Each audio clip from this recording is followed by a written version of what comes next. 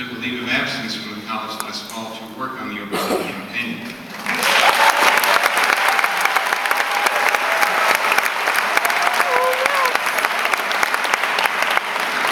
Max started as an intern on the campaign during the primaries, working with the Director of Religious Affairs.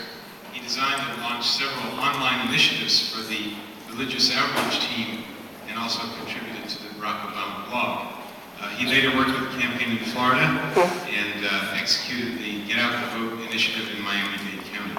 Max is a very involved student at Goucher. He started and leads the Goucher Debate Club. He serves as the Student Action Committee Chair of the Student Government Association and recently won the 2009 Grand Prize in the college's Digital Arts Contest.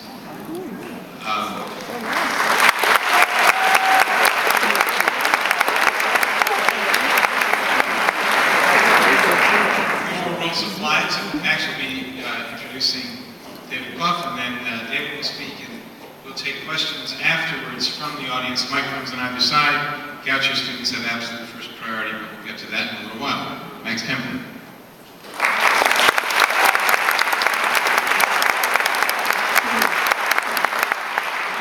Thank you, Sandy, and thank you all for coming.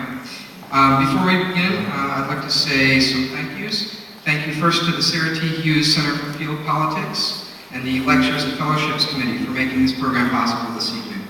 And thank you as well to President Unger for the honorary degree I'm receiving for my introduction to David Plouffe.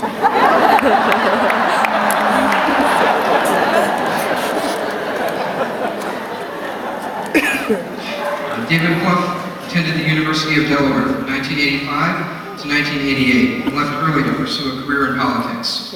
Mr. Plouffe has worked closely with some of the most influential politicians in America, including Senator Tom Harkin, Governor Deval Patrick, and former House Minority Leader Dick Gephardt.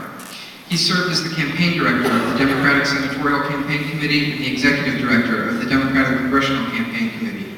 In 2000, Plouffe joined David Axelrod at AKPD Message and Media, where they worked on President Barack Obama's successful 2004 Senate campaign. At the beginning of that race, the press referred to Obama as an also-ran, and if I recall correctly, Obama was among a field of 7 candidates, the only one who was not personally a millionaire. Obama won that primary with 53% of the vote among 7 candidates, and won the general election for senator with over 70% of that vote. Most of us know the rest of the story. Obama went on to run for president. David Plouffe managed what many consider to be the greatest political campaign in American history. It was David Plouffe who focused early on the caucuses in Iowa and asked staff every day, "What did you do today to win in Iowa?" It was David Plouffe who masterminded an electoral strategy that looked way past Super Tuesday and set up early ground operations in the later states, even the small ones. To get a feel for the scope of David Plouffe's job, imagine creating one of the biggest companies in America in a matter of weeks. Obama for America raised $750 million, had over 5,000 employees, and organized millions of active volunteers on the ground. And at the center of that storm every single day was David Plouffe, in a job that he is likened to drinking out of a fire hose. Esquire magazine described Mr. Plouffe's daily scroll of BlackBerry emails as, quote, like a volcano exploding in gold at the top. The Chicago headquarters where I worked had a fun and professional atmosphere and a discipline that most people attributed to David Plouffe.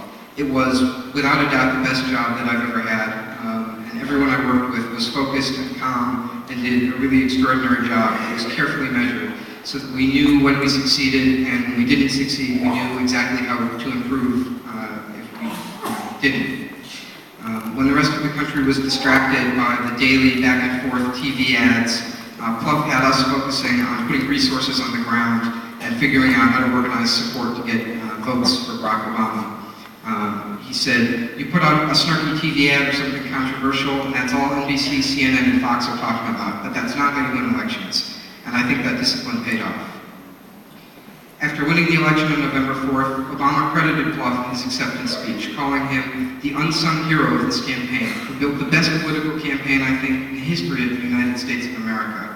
And the Washington Post said, the mention of Plouffe sent a roar through the crowd at Grant Park in Chicago, a sign that he has achieved folk hero status among Obama supporters. Ladies and gentlemen, David Plouffe.